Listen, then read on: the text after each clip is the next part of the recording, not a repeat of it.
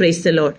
ഇന്നൊരു പുലർച്ചെ കാലം കൂടി നമ്മുടെ കർത്താവ് നമുക്ക് ഒരുക്കി തന്നതിന് ദൈവത്തെ സ്തുതിച്ച് മഹത്വപ്പെടുത്തുന്നു.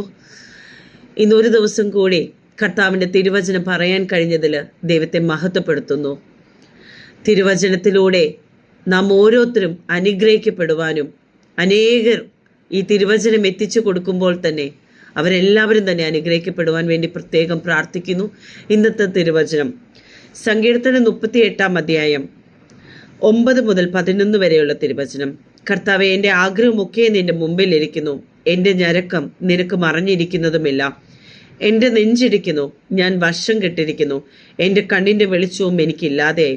എൻ്റെ സ്നേഹിതന്മാരും കൂട്ടുകാരും എൻ്റെ ബാധ കണ്ട് മാറി നിൽക്കുന്നു, എൻ്റെ ചാർച്ചക്കാരും അകന്നു നിൽക്കുന്നു. ആമേൻ. നമ്മുടെ കർത്താവിൻ്റെ തിരുസന്നിധിയിൽ നമ്മുടെ ആഗ്രഹങ്ങളും നമ്മുടെ ആവശ്യങ്ങളും ഒക്കെയും തന്നെ ഇരിക്കുന്നു. ദൈവത്തിരുസന്നിധിയിൽ നാം ചെന്നിരിക്കുമ്പോൾ തന്നെ ദൈവത്തിനറിയാം നാം എന്തിനാണ് വന്നിരിക്കുന്നത്. എളിമയോടെ കർത്താവിൻ്റെ തിരുസന്നിധിയിൽ ചെന്നിരിക്കുമ്പോൾ നമ്മുടെ ആഗ്രഹങ്ങൾ കർത്താവ് സാധിച്ചു തരികയാണ്. നമുക്കൊരു പ്രശ്നം വരുമ്പോൾ ചിലപ്പോൾ നമ്മുടെ ബന്ധുമിത്രാദികളും അല്ലെങ്കിൽ സുഹൃത്തുക്കളും ഒക്കെ ഭയങ്കര പരിഹാസമായിരിക്കും. എന്നാൽ ദൈവത്തിൻ്റെ മുമ്പിൽ ചെല്ലുന്ന ഒരാളെ പോലും ദൈവം പരിഹസിക്കുകയില്ല, തള്ളിക്കളയില്ല.